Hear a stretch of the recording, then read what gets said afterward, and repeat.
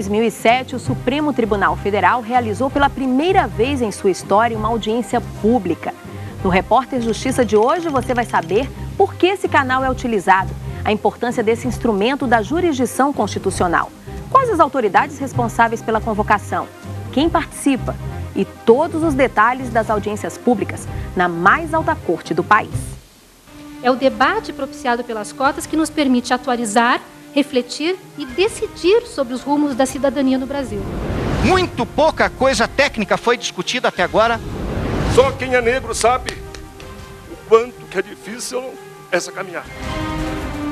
Na Suprema Corte Brasileira, a instância máxima do Judiciário, os ministros julgam ações com base na Constituição Federal. Eles usam também o bom senso, a experiência de vida, o conhecimento de causa.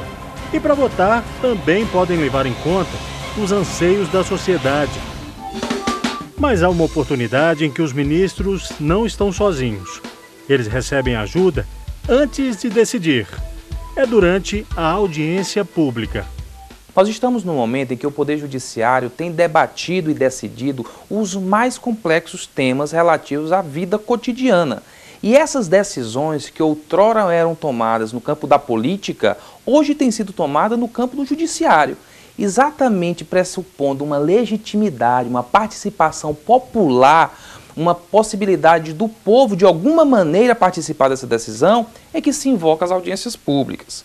A segunda finalidade da audiência pública é conferir um gesto de humildade por parte do judiciário no que diz respeito a não ser conhecedor de determinadas matérias técnicas específicas. Essas disciplinas técnicas especializadas, elas normalmente ensejam audiências públicas para que técnicos sejam ouvidos, experts participem, deem suas contribuições e o judiciário, coletando essas informações, possa decidir. Para este sociólogo, o que o Supremo faz na audiência pública tem um valor simbólico muito maior do que o fato de coletar informações para entender determinado assunto.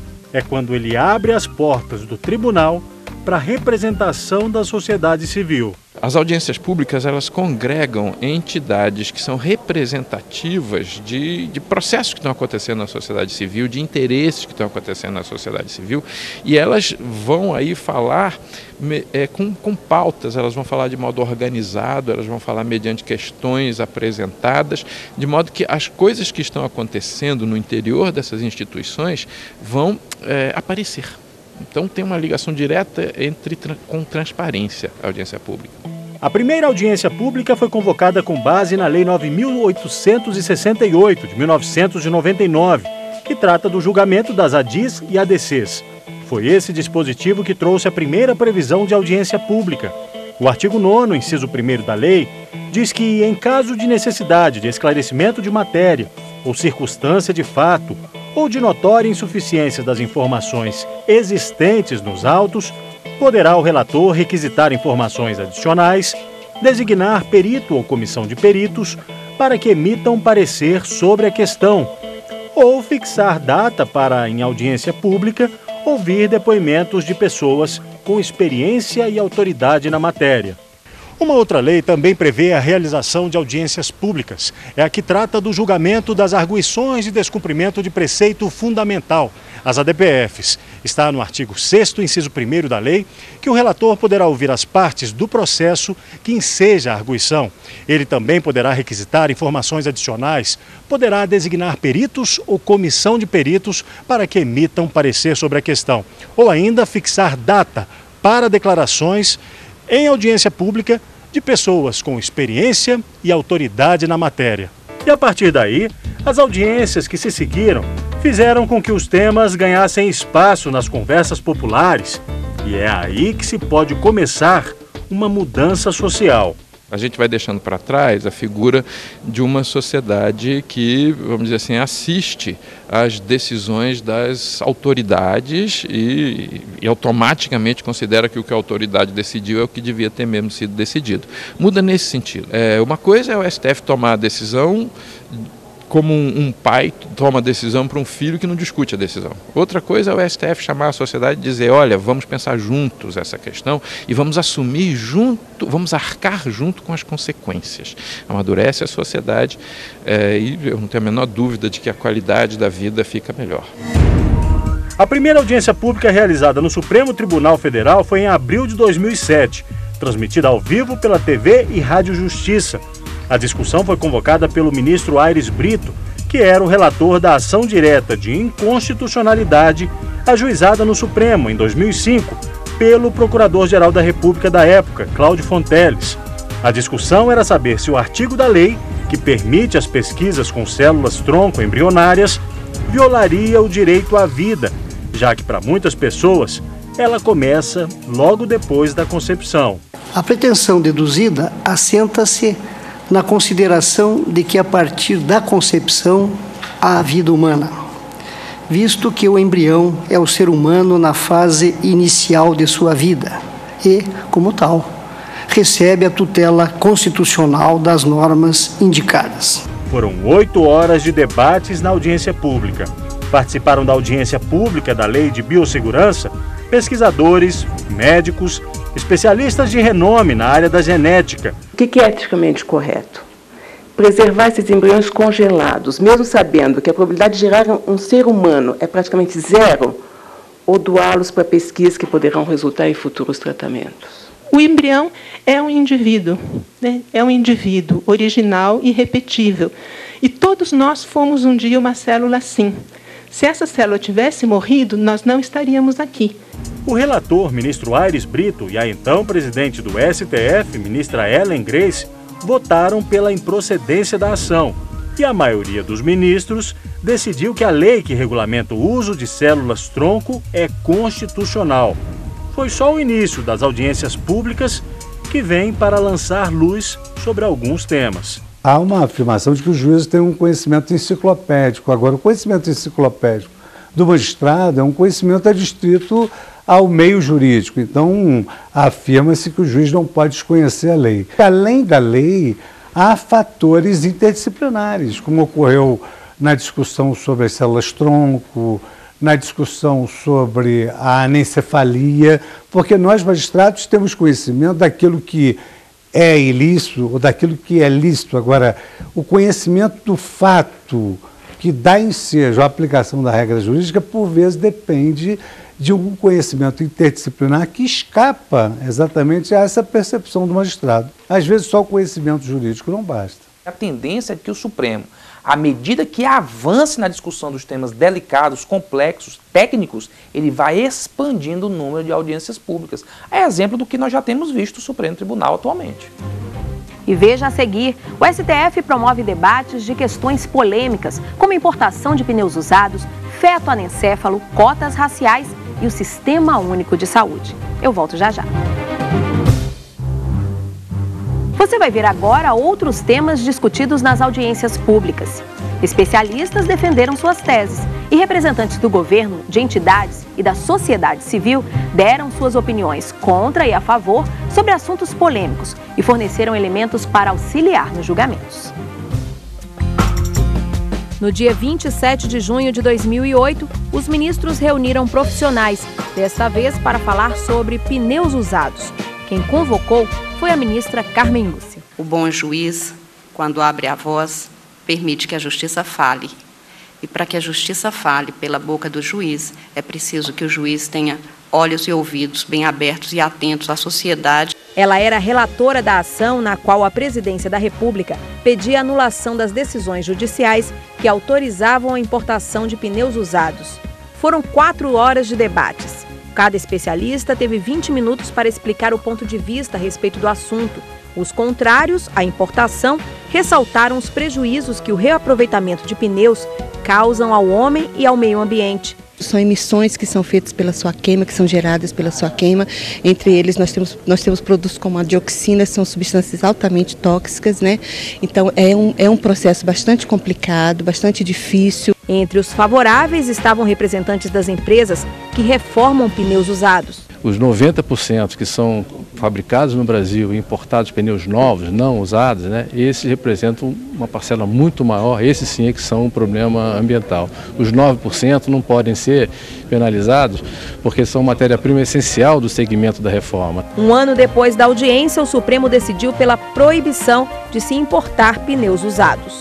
O que foi pedido exatamente foi que a gente declarasse inconstitucional. Sim. E foi isso que eu fiz. Eles podem ser considerados um número certo, um algarismo certo na coluna do déficit ambiental. A decisão tomada pelo Estado brasileiro na matéria ajusta-se com absoluta fidelidade ao texto da nossa Constituição e persegue o objetivo plenamente legítimo, qual seja o da preservação da integridade no meio ambiente.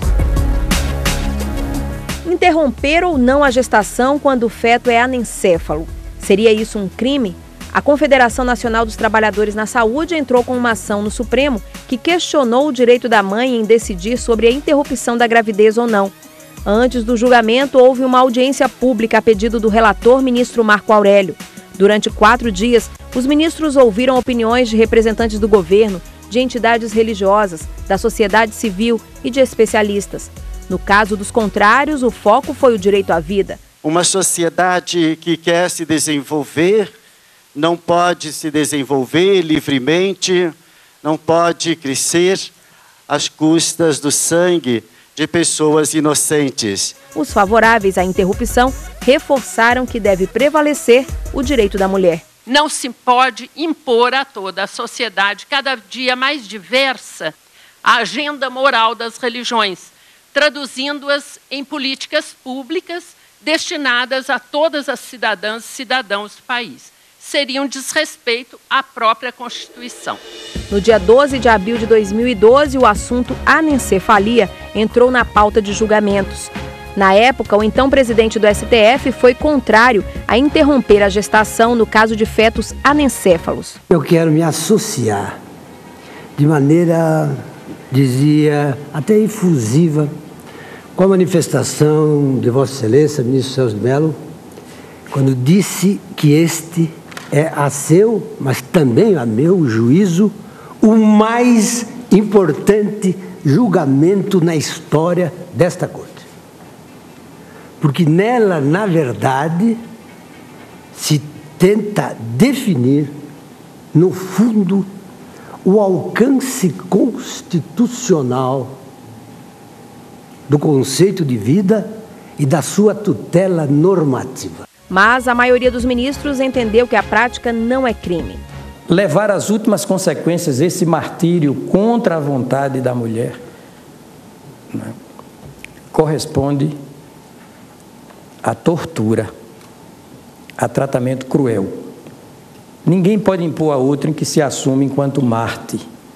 O martírio é voluntário. O Supremo Tribunal Federal se defronta, neste caso, com um grande desafio, consistente em extrair dessas mesmas declarações internacionais e proclamações constitucionais de direitos a sua máxima eficácia, em ordem a tornar possível o acesso dos indivíduos e dos grupos sociais a sistemas institucionalizados de proteção aos direitos fundamentais da pessoa humana, sob pena de a liberdade tornar-se uma palavra vã. As audiências públicas no Supremo Tribunal Federal foram regulamentadas pela Emenda Regimental 29 de 2009, emenda que atribuiu competência ao presidente da Corte ou ao relator do caso para convocar a audiência. Está nos artigos 13 e 21 do Regimento Interno. Convocar a audiência pública para ouvir o depoimento de pessoas com experiência e autoridade em determinada matéria, sempre que entender necessário o esclarecimento de questões ou circunstâncias de fato, com repercussão geral e de interesse público relevante, debatidas no tribunal. Outro tema de audiência realizada pelo Supremo, saúde pública. A pedido do ministro Gilmar Mendes, o STF reuniu profissionais do setor e representantes da sociedade. Os dados eram fundamentais para os ministros julgarem diversos pedidos de liminar para a realização de cirurgias, fornecimento de remédios, vagas em UTIs e outros problemas do SUS. Foram 6 dias de troca de informações. Ao Estado cabe cuidar de vidas, Às empresas, sua lucratividade, e a todos nós cabe fiscalizarmos o equilíbrio para que tais fins não sofram desvios perversos. O acesso à alta complexidade não é o grande problema. Não é o grande problema. A questão está no acesso ao diagnóstico, que tem de ser mais difuso, tem de ser mais descentralizado na qualidade deste diagnóstico. A audiência pública auxiliou os ministros na hora de julgarem os processos sobre o tema. As ações do poder público eram contra decisões judiciais que determinaram ao SUS fornecer remédios de alto custo ou tratamentos não oferecidos na rede pública para portadores de doenças graves. O plenário do Supremo decidiu que o governo deve sim custear esses procedimentos. Não temos dúvida de que o Estado brasileiro é responsável pela prestação dos serviços de saúde. Importa aqui reforçar o entendimento de que cabe à União, aos Estados, ao Distrito Federal e aos municípios agirem em conjunto no cumprimento do mandamento constitucional. No mesmo ano, outro debate. O assunto foi reserva de vagas no ensino superior, iniciativa do ministro Ricardo Lewandowski. As audiências públicas, a meu ver, senhor presidente, eminente ministro Joaquim Barbosa, dignos presentes, se insere dentro dessa ideia de democracia participativa, ou seja, de uma participação do povo, da cidadania no processo de tomada de decisões. Vejo como um encontro da sociedade sobre um tema sobre o qual ela nem sempre quis discutir com a devida abertura. Então, vejo como extremamente positivo e é um prazer estar aqui. Uma conversa que durou 3 dias e reuniu cerca de 35 especialistas para falar sobre os critérios raciais para a reserva de vagas nas universidades públicas, as chamadas cotas. As cotas, elas, antes de atentar contra o princípio da igualdade, elas realizam a igualdade material.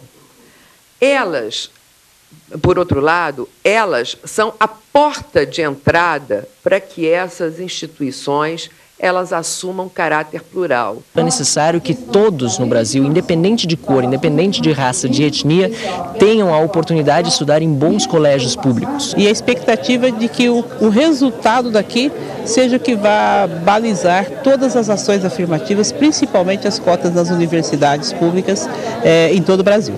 As ações que motivaram a realização da audiência pública foram julgadas em abril do ano passado. Elas questionavam as políticas de cotas étnico-raciais para selecionar os estudantes em universidades públicas. O Supremo considerou que esse procedimento não viola os artigos da Constituição Federal. E depois do intervalo, saiba o que entrou em discussão em mais 4 audiências públicas. Eu volto em instantes. Você vai ver agora as audiências públicas convocadas para debater lei seca, amianto, TV por assinatura e campo eletromagnético. Esses assuntos ainda aguardam julgamento no plenário do STF. O assunto em discussão era a lei seca. O depoimento emocionado de Elaine foi sobre o drama que a acompanha há 9 anos. Ela estava no carro quando foi atingida por outro veículo guiado por um motorista embriagado. O acidente a deixou paraplégica. E por causa dessa pessoa eu pago o preço hoje de estar numa cadeira de rodas, o que não é fácil. O depoimento reforçou durante a audiência pública realizada em maio do ano passado no STF a importância de uma lei de trânsito rigorosa no país. A audiência foi convocada pelo ministro Luiz Fux. A Abrazel ajuizou uma ADI que questiona dispositivos da Lei 11.705, a chamada Lei Seca. A entidade, que congrega bares e restaurantes, temia perder clientela. Entre os pontos da lei questionados pela ação estão a proibição da venda de bebidas alcoólicas em locais próximos a rodovias federais, a redução para 0 do nível tolerado de álcool para multa e a criminalização da direção com índice superior a 6 decigramas de álcool por litro de sangue. A grande questão que nós devemos aqui tentar equacionar é o problema entre os que são responsáveis e os que são irresponsáveis. Esses são os delinquentes. Os primeiros são inocentes. Na audiência pública, a maioria dos expositores defendeu a lei seca. Segundo dados do Detran, cerca de 40 mil pessoas morrem por ano em acidentes de trânsito no Brasil. Apesar do número crescente de veículos da frota, o número de mortos para cada 10 mil veículos, ele está diminuindo gradativamente. Ano após ano, a gente vem conseguindo baixar esse índice de mortos para cada 10 mil veículos. Parlamentares, especialistas e representantes da sociedade civil, além do advogado-geral da União, falaram. O julgamento da ADI, que questiona a lei seca no STF, ainda não tem data marcada. Outra audiência pública realizada pelo Supremo foi em agosto do ano passado. O encontro foi convocado pelo ministro Marco Aurélio, que precisava conhecer um pouco mais sobre o amianto. O tema é estritamente técnico, para saber se há realmente a repercussão considerada a saúde do prestador dos serviços e que repercussão é essa. Procuraremos conciliar desenvolvimento e segurança no âmbito da saúde. Ouviremos técnicos na matéria e teremos elementos para atuar de forma segura, decidindo segundo a Carta da República. O ministro Marco Aurélio é relator de uma ação direta de inconstitucionalidade ajuizada pela Confederação Nacional dos Trabalhadores na Indústria. Ela questiona a lei que proibiu o uso de amianto no estado de São Paulo. O amianto é um mineral usado em peças de fibrocimento que vão para a construção civil. Quem condena o uso do material diz que ele é perigoso para a saúde. É um crime social perfeito. Crianças morando no lixo de amianto lá em Bom Jesus da Serra, brincando num monte de resíduos deixados para trás quando essa indústria foi embora para Minasul. E artesanato feito por população de baixa renda em Minasul, no chamado Projeto Sambaíba, onde são doados os resíduos da indústria mineral para que se gere renda. Vejam, são belíssimos os artesanatos, mas o risco, será que realmente se justifica? De outro lado, quem atua no mercado que fatura com o amianto. Nós brasileiros sabemos como fazer, através de longos anos de trabalho, de empenho dos trabalhadores, de compromisso dos empresários, de lidar de uma forma responsável e segura com esse produto. O ministro Luiz Fux é relator também de 3 ações diretas de inconstitucionalidade que questionam a Lei 12.485 de 2011. A norma regulamenta o funcionamento das TVs por assinatura, um setor que cresce 30% todos os anos no Brasil e garante aos telespectadores acesso a uma programação diversificada. Antes de colocar o assunto em julgamento, o ministro convocou uma audiência pública. O debate ocorreu em fevereiro deste ano. Quem esteve no Supremo para tratar do assunto? Especialistas, entidades reguladoras, representantes da sociedade. O principal aspecto da lei, digamos assim, o mais polêmico, é o dispositivo que define um percentual mínimo de produções brasileiras na programação. A Ancine, Agência Nacional de Cinema, está de acordo com essa exigência. É indispensável que na televisão por assinatura que é veiculada no Brasil, os brasileiros possam se ver, possam se ouvir, possam ouvir a sua língua sendo transmitida nesses canais. A avaliação do Ministério das Comunicações, contudo, é muito favorável à lei. A gente vê como um passo bastante importante por vários motivos. A Associação NeoTV e o IDEC, Instituto de Defesa do Consumidor, estão entre os autores das ações que questionam a lei. A legislação aparentemente abre o mercado, mas ela vai trazer uma concentração muito maior. Eu citei aqui que dos novos pedidos de televisão por assinatura, 60% dos homicídios atendidos são de uma única empresa. As 3 ações trazem o argumento da defesa do consumidor, dizendo que não seria necessário uma regulação, porque o serviço de televisão por assinatura hoje já reflete a vontade do consumidor. E como eu coloquei na apresentação, essa é uma afirmação complicada. A ideia é não deixar desaparecer essas impressões da audiência pública até o julgamento da ADIM, quer dizer, deixar que essas ideias estejam bem presentes no momento do julgamento da ADIM. E essas informações estão sendo valiosíssimas porque elas são muito especializadas em relação a esse setor. Um mês depois, mais um tema em discussão: campos eletromagnéticos. Quais os efeitos desses campos no ser humano e no meio ambiente? E por que essa audiência pública? O ministro Dias Toffoli é relator de um processo que veio do Tribunal de Justiça de São Paulo.